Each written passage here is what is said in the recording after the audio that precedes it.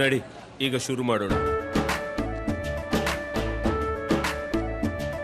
ಕೇಸರಿಯಿಂದ ಮನೋಲ್ಲಾಸ ಮನಸ್ಸು ಮತ್ತೇರಿ ಕುಣಿದಾಡಿದೆ ನೋಡು, ಮನಸ್ಸು ಮತ್ತೇರಿ ಕುಣಿದಾಡಿದೆ ನೋಡು. ಕ್ಷಣ ಕ್ಷಣವೂ ಆಚರಿಸಿ ಕೇಸರಿ ಹಬ್ಬ. ವಿಮಲ್ ಬಾಯಲ್ಲಿ ಹೇಳಿ ಕೇಸರಿ.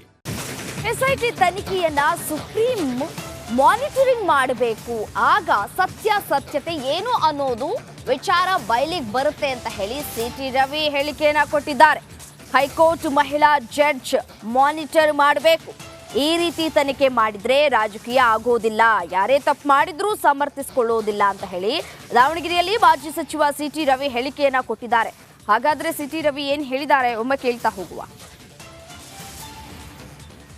ಸ್ಪಷ್ಟವಾಗಿ ಹೇಳಿದ್ದೇವೆ, ಯಾರೇ ತಪ್ಪು ಮಾಡಿದರೂ ಶಿಕ್ಷೆ ಆಗಬೇಕು. ಈ ನೆಲದ ಕಾನೂನು ಎಲ್ರಿಗೂ ಒಂದೇ, ಯಬೋದಲ ಯಾರೂ ಇಲ್ಲ. SIT ತನಿಖೆಯನ್ನು ಹಾಲಿ ಸುಪ್ರೀಂ ಕೋರ್ಟ್ ಅಥವಾ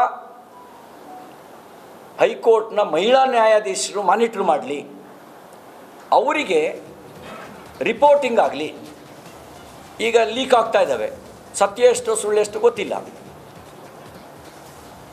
ಮೊದಲು 20 ಜನ ಸಂತ್ರಸ್ತೆಯರು ಅಂದರು, ಆಮೇಲೆ ಅದು 200ಕ್ಕೆ ಹೋಯ್ತು. ಎಸ್ಐಟಿ ತನಿಖೆಯನ್ನ ಸುಪ್ರೀಂ ಮಾನಿಟರಿಂಗ್ ಮಾಡಬೇಕು, ಆಗ ಸತ್ಯಾಸತ್ಯತೆ ಏನು ಅನ್ನೋದು ವಿಚಾರ ಬಯಲಿಗೆ ಬರುತ್ತೆ ಅಂತ ಹೇಳಿ ಸಿಟಿ ರವಿ ಹೇಳಿಕೆಯನ್ನ ಕೊಟ್ಟಿದ್ದಾರೆ.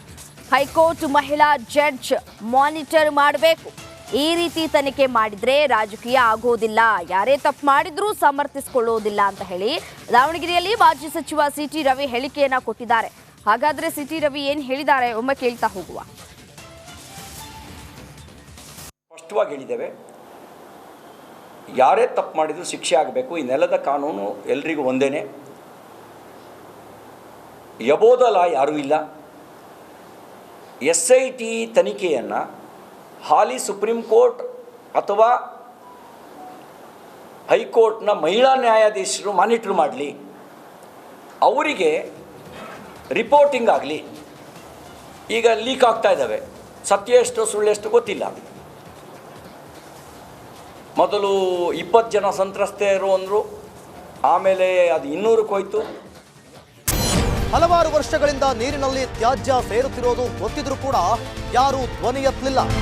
ಕಳೆದ 10 ವರ್ಷದಿಂದ ಈ ಶಿವಮೊಗ್ಗದ 8-10 ಕಡೆ ಇದಕ್ಕಿಂತ ಹೊಲಸಾಗಿರುವಂತಹ ನೀರು ಡೈರೆಕ್ಟ್ ಆಗಿ ಬಂದು ಸೇರುತ್ತೆ.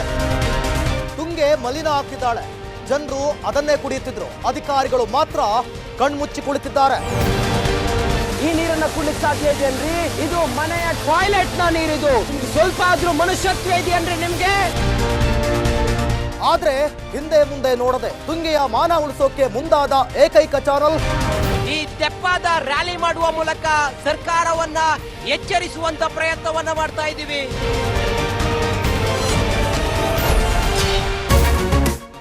ರಿಪಬ್ಲಿಕ್ ವರ್ಲ್ಡ್ ಆಪ್ ಇದು ಕೇವಲ ಅಪ್ಲಿಕೇಶನ್ ಅಲ್ಲ, ಸಮಗ್ರ ಸುದ್ದಿಗಳ ಸಂಪರ್ಕ ಮಾರ್ಗಕ್ಕೆ ಕ್ರಾಂತಿಕಾರಿ ಬದಲಾವಣೆ.